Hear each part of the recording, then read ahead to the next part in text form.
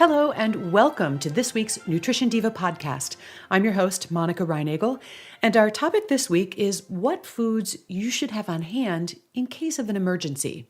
Neve writes, in light of several recent natural disasters, hurricanes, earthquakes, and wildfires, disaster preparedness has been at the front of my mind.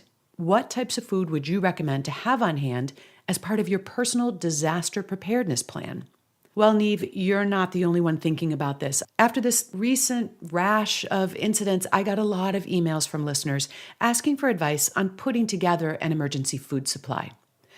Emergency supplies are intended to get you through in the event that you temporarily lose power or water or access to fresh food.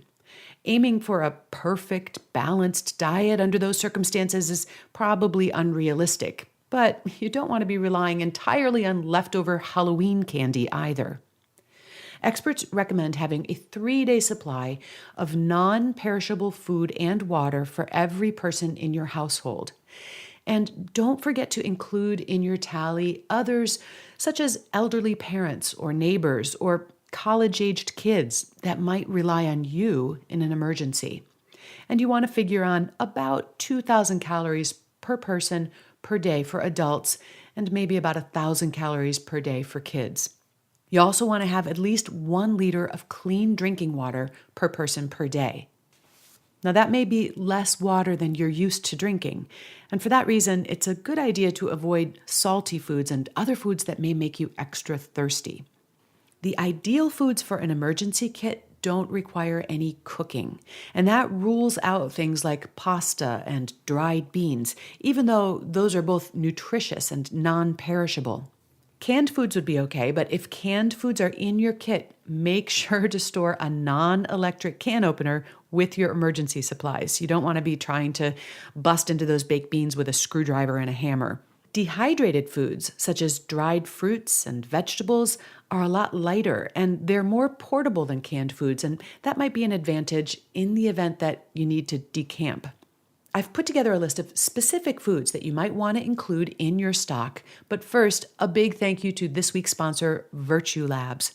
This is a new hair care brand that's bringing some new science to the art of beautiful hair. It's all thanks to alpha-keratin 60Ku.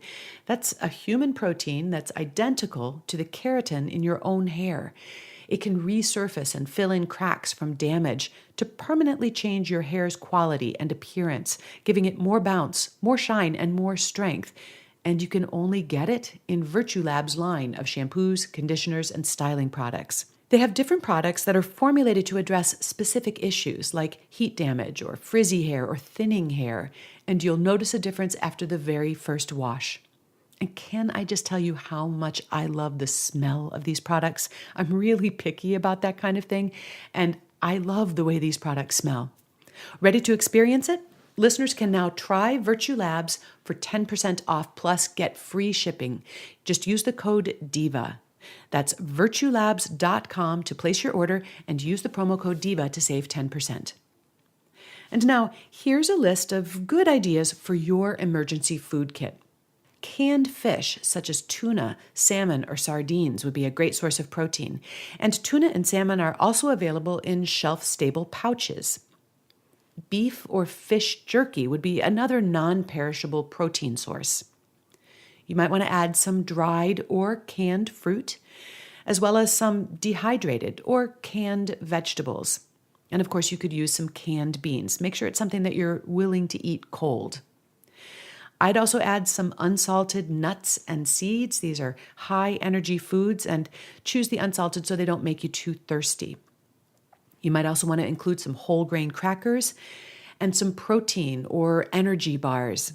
And maybe also some cartons of milk or non-dairy alternatives in shelf-stable packaging. Now, fortunately, many of the foods in your emergency preparedness kit are also on my list of the most nutritious foods for the money. And that means you're not going to have to cash in your kids' tuition fund to stock your pantry. But I would resist the temptation to save money by buying things from open bulk containers. Manufacturer-sealed packages are going to be better protected from air, moisture, and contamination, and therefore less likely to spoil. Look, I hope it's going to be a long time, ideally never, before you need to use these foods.